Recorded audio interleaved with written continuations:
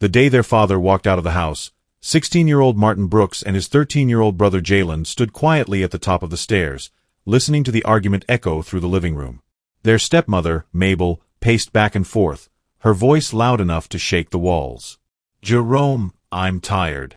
These boys are not my responsibility," she snapped. "They eat too much, they make noise, they scatter everywhere. I didn't sign up to raise children that aren't mine." Their father, Jerome Brooks, tried to stay calm, but the frustration in his voice cut deep. "Mabel, they're my sons," he said. "They live here because this is their home. Why is that so hard for you?" "Oh, please," she waved her hand dismissively. "All I'm saying is send them to their mother. Let her deal with them." "Our mother is gone," Martin whispered from the stairs, eyes burning. Jalen's fingers tightened around his brother's shirt. "Why does she hate us?" Downstairs, Mabel's voice rose again. "I'm not their maid, Jerome. I'm your wife. I deserve peace in my own home." Jerome exhaled heavily, as if carrying years of emotional weight.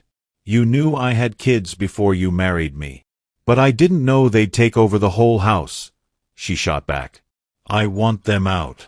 The silence that followed was long, painful, deadly. Martin leaned closer to hear. Then came their father's voice, slow, low, and tired. "Mabel, if loving you means abandoning my sons, then I pick my boys. Always." He grabbed his car keys from the table. "Jerome, where are you going?" Mabel demanded. "Somewhere you can't use bitterness to control me," he said softly. She scoffed. "You'll be back." But Martin and Jalen knew, from the way their father looked up at them on the stairs, that this wasn't temporary. His eyes were wet but determined. "Pack a few things," he said quietly. "We're leaving this house today." Jalen ran down the stairs and hugged him tightly. "Dad, please don't leave because of us." Jerome knelt and held both boys. "I'm not leaving because of you," he whispered. "I'm leaving for you." Mabel folded her arms. "So that's it? You choose them?" "I chose them the day they were born," he replied.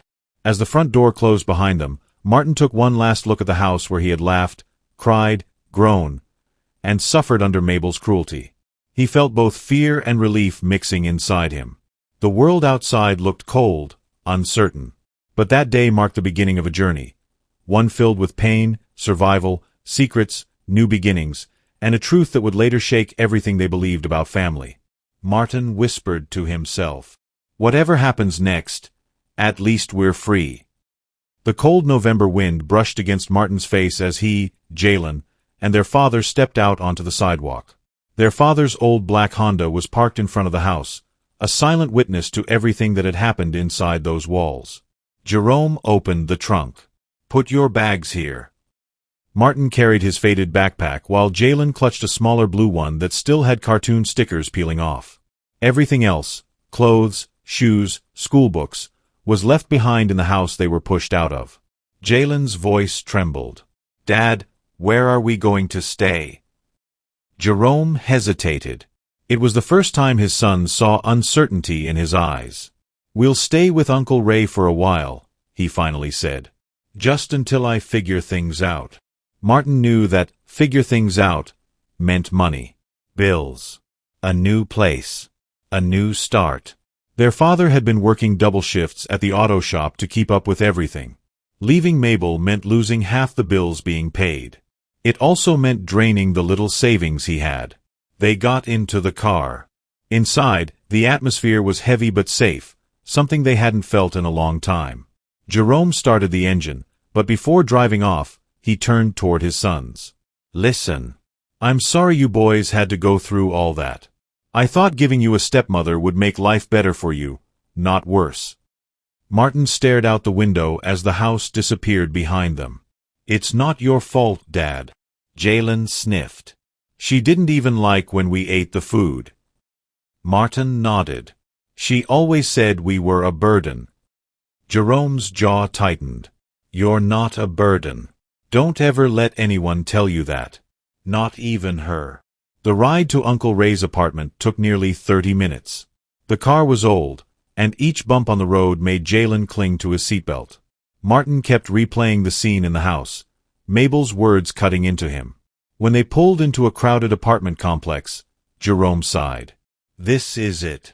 The building looked rough. Paint peeling, broken steps, loud music from somewhere upstairs. But it was better than the prison they had left behind. Uncle Ray, tall and strong with a deep voice, opened the door shirtless, holding a bowl of cereal. Jerome? What happened? Jerome shook his head. Man, it's a long story. Can we stay here for a bit? Ray stepped aside immediately. Of course. Y'all come in. Inside the small apartment, it smelled like fried chicken and air freshener. Ray looked at the boys with concern. You two okay? Martin nodded, though he wasn't. Jalen simply hid behind his brother. Jerome sat down heavily. Mabel finally pushed it too far. Ray didn't look surprised. I told you that woman didn't have love in her. I warned you. Jerome ran his hand across his face. I know. Ray turned to the boys. Y'all hungry? Their stomachs growled in response. Jalen nodded shyly. Ray chuckled. Say no more. He went straight to the kitchen. Jerome leaned back on the couch and exhaled, his voice low. Everything is going to get better. I promise. Martin looked at him. You don't have to pretend for us. Jerome met his eyes. I'm not pretending. Leaving wasn't easy, but staying would have destroyed all of us. Jalen sat beside his father. Do you think she'll come after us? Jerome wrapped an arm around him. No. And even if she tried, I won't let anything happen to you. Ray returned with plates of chicken, fries, and soda. Y'all gon' eat good tonight. Jalen smiled for the first time in months. Martin felt something he hadn't felt in a long time. Warmth. Safety. But deep inside, he also knew something else. Life after leaving Mabel would not be simple. New problems were coming. New challenges. New truths. And this cramped apartment, was only the beginning. Uncle Ray's apartment had only 2 bedrooms, so Jerome insisted the boys take one while he slept on the couch. The room was small, with 1 bed and a thin mattress placed on the floor. But Martin and Jalen didn't complain. It was still better than the cold, hostile silence of Mabel's house. That first night, the boys lay awake listening to the distant sounds of the neighborhood. Sirens, loud voices, cars racing, and music vibrating through the walls. Jalen turned toward his brother in the darkness. Do you think Dad is okay? He whispered. Martin listened for a moment. Their father was in the living room, coughing softly, the kind of cough he got when stressed. He'll be fine, Martin whispered back. He just needs time. Jalen's small voice trembled. I miss Mom. Martin swallowed hard. I do too. They didn't speak again. In the living room, Ray sat across from Jerome, noticing the exhaustion in his brother's face. You look drained, Ray said quietly. Jerome shrugged. I had to protect them. Ray leaned forward. You did right. But tell me, how bad did it get? Jerome stared at the floor. Ray, that woman wasn't just mean. She was dangerous. Ray's eyebrows lifted. Dangerous how? Jerome hesitated. I'll tell you when the boys are asleep. Ray nodded slowly, sensing something heavier beneath the surface. The next morning, sunlight crept into the boys' room. Martin woke first and found his father sitting on the mattress beside Jalen, brushing the child's hair gently. Morning, Jerome said softly. Martin sat up. Did you sleep at all? Jerome smiled weakly. A little. But Martin could see the dark circles under his eyes. Ray knocked on the door and stepped in. Breakfast ready. Y'all better come eat before I finish everything. Jalen jumped up. Is it pancakes? Ray grinned. The fluffy kind. They gathered around the tiny dining table. The apartment was small, but the atmosphere was warm. For the first time in months, The boys ate without fear of being yelled at. Halfway through breakfast, Ray looked at Jerome. "So, you going to explain what you meant last night?" Jerome took a deep breath. "Martin, Jalen, I need you to hear this too." Martin froze. Jalen's fork stopped midair. "Mabel wasn't just mistreating you," Jerome began. She was trying to separate us." Jalen frowned. "What do you mean?" Jerome stared at his sons for a long moment. Then he said the words that made Martin's stomach drop. "She was telling people I wasn't your real father." Jalen's mouth fell open. "What?" Martin felt heat rush to his face. "But that's not true." Jerome nodded. "I know. But she told her family I was just raising somebody else's kids. She even tried to convince some neighbors I forged a paternity test." Ray slapped the table. "Man, that lady is insane. Why would she do that?" "Because she wanted me to choose her over them," Jerome answered. His voice cracked slightly. "If she could make me feel like the boys weren't mine, she thought I'd push them out." Jalen's eyes filled with tears. "Dad, you believe we're yours, right?" Jerome pulled him close. "Son, there has never been a day in my life when I doubted you." Martin looked down at his plate, suddenly remembering nights when Mabel glared at him like he didn't belong. Nights she whispered things while he washed dishes. "You're not even his. That's why he doesn't defend you." Those words had cut him deeply. Now he understood the plan behind them. Ray rubbed his chin. "Jerome, you gotta be careful. A woman like that doesn't just let people walk away. She'll try something." Jerome nodded. "I know. That's why I need you all close to me." Martin finally looked up. "Dad, what are we going to do now?" Jerome exhaled. "We're going to rebuild. One step at a time. I'll get a second job if I have to. I'll save up. I'll get us our own place." Jalen wiped his face. "And we'll help too." Jerome smiled at him. "You already are." But before they could finish breakfast, someone knocked loudly on the door. 3 rapid bangs. Ray frowned. "Who's that this early?" Jerome's face tensed. "I don't know." Ray walked toward the door, but before opening it, he peeked through the peephole. Then his eyes widened. "Oh, hell no," he muttered. Jerome stood up quickly. "Who is it?" Ray stepped back. "It's Mabel." Martin's heart dropped. Jalen grabbed his brother's hand. Mabel wasn't supposed to know where they were. But she did. And whatever she came with that morning, it wasn't peace. Ray stepped back from the door, shaking his head. "I knew that woman was trouble, but showing up here? She bold." Jerome's chest rose and fell with slow, controlled breaths. "Don't open it." But Mabel was not the type to leave quietly. She banged the door harder. Bang, bang, bang. "Jerome, I know you're in there." Her voice screeched through the wood. Jalen pressed himself against Martin. "Why is she here?" Martin whispered. "Because she can't stand losing control." Mabel banged again. "Open this door right now. We need to talk." Ray shook his head. "She ain't stepping 1 foot in my place. She'll bring nothing but chaos." Jerome rubbed his forehead, frustrated. "She must have followed us or tracked my phone. I don't even know anymore." Mabel continued shouting. "Jerome, if you don't open this door, I swear." Ray lost patience and shouted back through the door. "Woman, this ain't your house.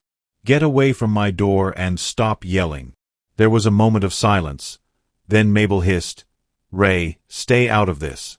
This is between me and my husband." "Ex-husband," Ray corrected loud enough for her to hear. He walked out.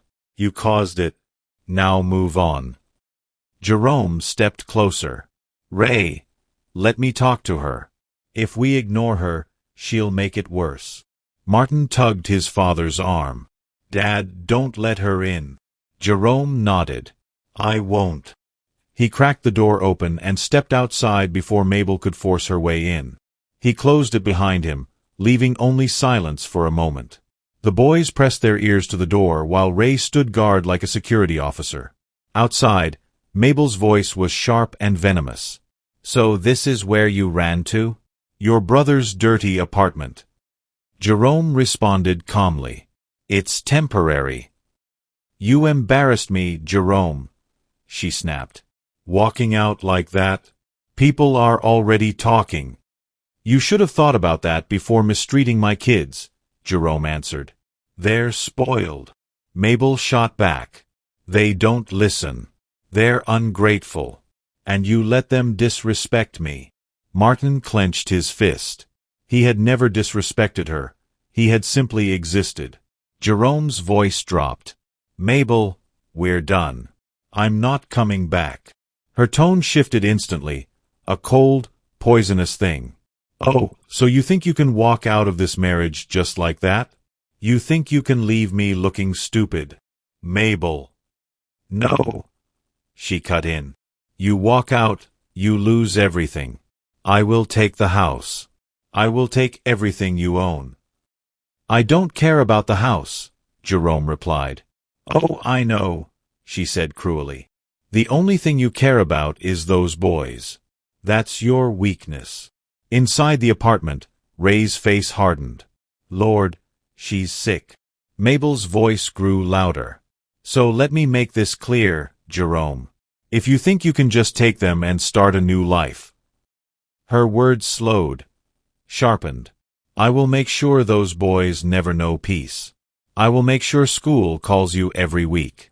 I will make sure authorities show up. I will tell everyone you kidnapped them." Jalen gasped. Why would she do that? Martin hugged him protectively. "Because she always wants someone to suffer." Jerome finally snapped. "Mabel, they are children. Why are you doing this?" "Because you made me the villain," she screamed. "You made yourself the villain," Jerome said quietly. Silence fell. For about 10 seconds. Nothing. Then Mabel laughed. It wasn't a normal laugh. It was chilling. "You think I'm done? I'm just getting started." Her footsteps moved away, heels clicking angrily. Ray waited a few seconds, then opened the door and let Jerome back in. Jerome walked inside, his face pale, his hands shaking slightly. "Dad." Martin stepped forward. Jerome breathed in deeply. "She's not letting this go." Ray locked the door behind them. "Jerome, she's unstable. You need to protect those kids legally. Custody papers. Restraining order. Something." Jerome nodded but didn't look convinced. Jalen looked terrified. "Dad, is she coming back?" Jerome sat on the couch, pulling both boys close. "Yes," he said honestly. "She'll be back." Jalen began to cry softly. Martin asked quietly, "Then what do we do?" Jerome swallowed. "We get stronger. We stay together. And we prepare." Ray placed a hand on Jerome's shoulder. "Don't worry, brother. She might come with noise, but she won't win." Martin looked from his father to his uncle, then at the locked door. Mabel wasn't going away. She had only begun her war. And they had no idea how deep, how dangerous, and how destructive her next steps would be. Mabel's footsteps faded down the hallway, but the tension she left behind settled over the apartment like a dark cloud. Ray double-checked the locks, twice, before turning to Jerome. "That woman is unhinged," Ray muttered. "You can't let her pull y'all into her madness." Jerome rubbed his forehead. "I know. But she's not going to stop. She's the type that loves war more than peace." Jalen crawled onto the couch beside his father, clinging to him. "Dad, can she really tell people you kidnapped us?" Jerome sighed. "She can say anything, but it doesn't make it true." "But will people believe her?" Martin asked. Jerome hesitated, and that hesitation scared Martin more than Mabel's threats. Ray cut in. "She doesn't have a case. The boys are safe with their father. She got no power unless Jerome gives it to her. Martin wasn't convinced. Mabel had ways of twisting things, and she loved attention, especially the kind that made her look like a victim. The day gets worse. Around 3 p.m., Ray had already left for work. Jerome was filling out job applications on his phone while the boys watched TV quietly. Then came another knock. Not loud, not aggressive, but official. Jerome froze. Martin exchanged a look with Jalen before standing. "Dad?" Jerome walked slowly to the door and checked the peephole. His body went stiff. "It's the police." Jalen gasped. "Already?" Martin felt his stomach twist. Jerome opened the door halfway. 2 officers stood outside, a black woman with calm eyes and a white man holding a notepad. "Good afternoon," the female officer said. "Are you Jerome Brooks?" "Yes," Jerome replied carefully. "How can I help you?" "We received a welfare concern report regarding your 2 sons," she said. Jerome's brows pulled together. "A welfare report? From who?" The male officer flipped his notepad. "Your wife, Mabel Brooks." Martin felt heat rush to his face. "She actually did it."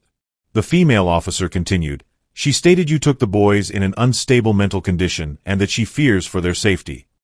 Jerome almost laughed, but the situation was too serious. "Officers, that's not true. I left the house because my children were being mistreated." The male officer stepped forward. "Are the kids here?" Martin stepped into view. "We're here. We're fine." Jalen peeked out from behind him. "She's lying." The female officer knelt a little to meet their eyes. "Are you boys okay? Is your father treating you well?" Jalen nodded quickly. "He's the only one who treats us right." Martin swallowed. "We left because she was hurting us." The officers exchanged looks. Jerome added, "We have no court order. I'm their biological father. I didn't kidnap anyone." "Do you have any proof of paternity?" the male officer asked. Jerome blinked, thrown off. "They're my sons. I've raised them since birth." The female officer nodded. "We're not accusing you of anything. We just need to verify the kids are safe." Martin stepped forward. "Can I say something?" Both officers looked at him. "She used to lock our food away," he said, voice steady. "She screamed at us every day. She told my dad to send us away." Jalen added, voice trembling, "She said we weren't his kids." The male officer stopped writing. Jerome placed a hand on each of his sons' shoulders. The female officer sighed. "We deal with a lot of messy family situations, but kids don't usually lie about things like this." Jerome exhaled in relief. The male officer closed his notepad. "Mr. Brooks, you're not in trouble. From what we're seeing, your sons are not in danger here. But," the female officer added, "you need to get ahead of this legally. If your wife files more complaints, it can create problems even if they aren't true." Jerome nodded. "I understand. We'll file a report stating the boys are in good condition," she said. "But expect more calls if she continues her claims." They gave a small nod to the boys and left. Jerome shut the door and leaned his head against it. Jalen whispered, "Dad, I'm scared." Jerome pulled him into a hug. "I won't let anything happen to you. Not while I'm still breathing." Martin sat down heavily on the couch. "She's trying to destroy us." Jerome's eyes darkened. "No. She's trying to scare us. But she doesn't understand." He looked at his sons, his voice strong. "You don't break a father who's fighting for his kids." But even with those words, Martin could feel it. This war was only beginning. And Mabel had more moves coming. Moves that would push their father to his limits. And force Martin to grow up faster than he ever expected. Jerome arrived at the school faster than he had ever driven. His hands trembled as he signed in at the front desk. The administrator, Mrs. Carter, led him to a private office. Martin and Jalen sat on one side of the table, pale and silent. A social worker sat across from them. Jerome froze. A social worker meant only one thing. Mabel had escalated her lies. "Mr. Brooks, please sit," Mrs. Carter said gently. Jerome sat, gripping the boy's shoulders tightly. The social worker cleared her throat. "Your wife reported that the children are in danger in your care. She claims you're unstable, unemployed, and unable to provide a safe home." Jerome exhaled. "None of that is true." Martin stepped forward. "He takes care of us. She's the one who hurt us." Jalen nodded. "She hates us." The social worker looked at them closely. "Have you ever felt unsafe with your father?" Both boys shook their heads firmly. The woman continued, "Your stepmother says your father refused to let you speak to her." Martin's voice rose. "We don't want to speak to her." Jerome squeezed his hand gently. "Calm, son." Mrs. Carter intervened. "The boys are performing well academically. They've reported no fear of their father. Their teachers have noticed improvements since they left the home." The social worker studied Jerome for a long moment. "Mr. Brooks, I don't see evidence these children are in danger. But I do advise you to file for custody immediately. Without paperwork, your wife can keep making these complaints." Jerome nodded. "I will." Martin spoke up, voice steady.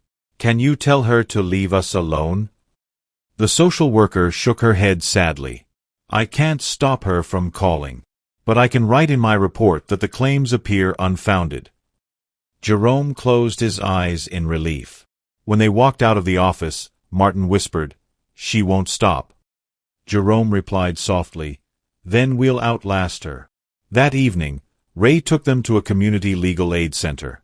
A tall black woman with dreadlocks and sharp eyes introduced herself. "My name is Attorney Camille Davis. Tell me what happened." Jerome explained everything: Mabel's mistreatment, her threats, the welfare reports, the police visit, the school complaints. Camille listened without interrupting. After a long pause, she leaned back. "This is classic psychological warfare," she said. "Your wife is trying to weaponize the system to regain control. But she slipped. She made too many accusations too fast." Jerome frowned. "What does that mean?" Camille opened her laptop. "It makes her look unstable. And that helps us." She turned to Martin and Jalen. "I'm sorry you boys had to go through that." Martin nodded quietly. Camille continued, "Here's the plan. 1. We file for full physical custody. 2. We request a restraining order preventing her from contacting the boys. 3. We document every false report she filed." Jerome swallowed. "How much will this cost?" Camille smiled gently. "Nothing. You qualify for full legal aid." Ray clapped his hands. "See? God don't sleep." Jerome felt tears prick his eyes. "Thank you." Camille nodded once. "Let's save your family." 2 days later, Mabel showed up at the auto shop. She stormed inside, yelling, "You think you can take my husband and kids from me?" Jerome stepped outside, wiping oil from his hands. "Mabel, leave my workplace." She shoved him. "You humiliated me. You left me." Jerome didn't react. "Stop this before you destroy yourself." Her voice rose. "I already talked to a lawyer. You're going to jail for kidnapping." Jerome's co-worker, an older man named Paul, stepped between them. "Ma'am, leave before I call security," Paul warned. Mabel pointed at Jerome. "This isn't over."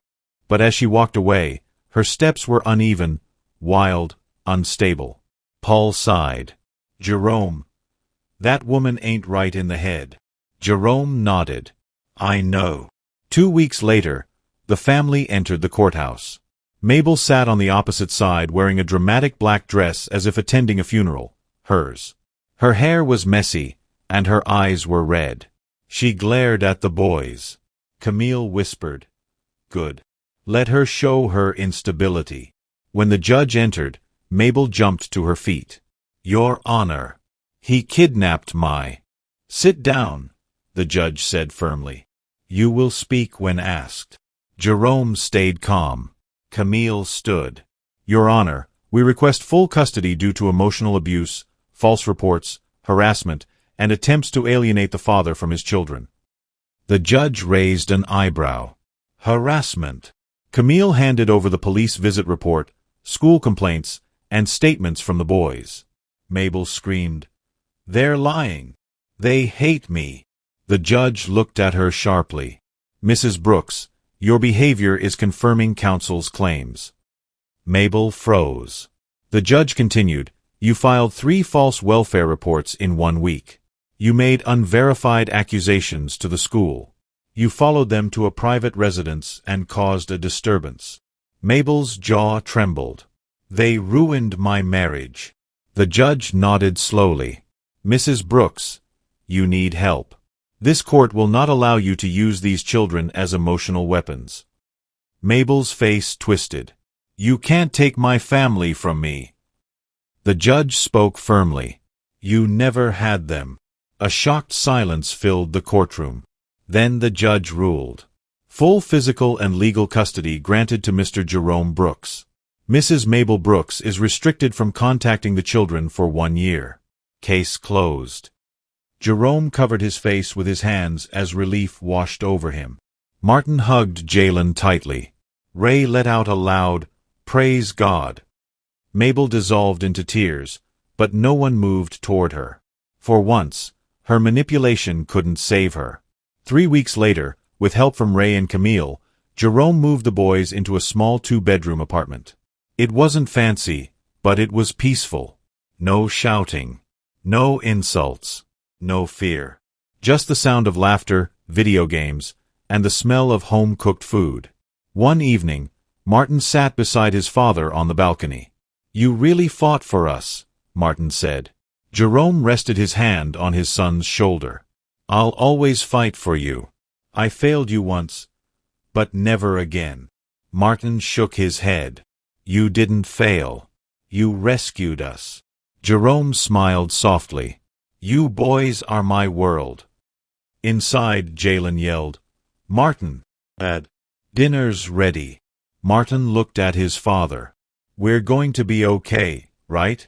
Jerome exhaled deeply, looking at his sons through the window. Yes, he said. For the first time in a long time, we are really going to be okay. Months passed. The boys thrived in school. Jerome got promoted at the auto shop. Mabel disappeared from their lives entirely, her restraining order keeping her far away. One Saturday morning, Martin and Jalen surprised their father with breakfast in bed. Pancakes, eggs, and a messy cup of juice. Jerome laughed. What's all this for? Martin grinned. For choosing us. Jalen added, and for being the best dad ever. Jerome pulled them both into a tight embrace. I didn't choose you, he whispered. I was blessed with you. The sun shone brightly through the window. No more shouting. No more fear. No more chaos. Their family, broken, bruised, but standing, finally had peace. And for the first time in years, they were free.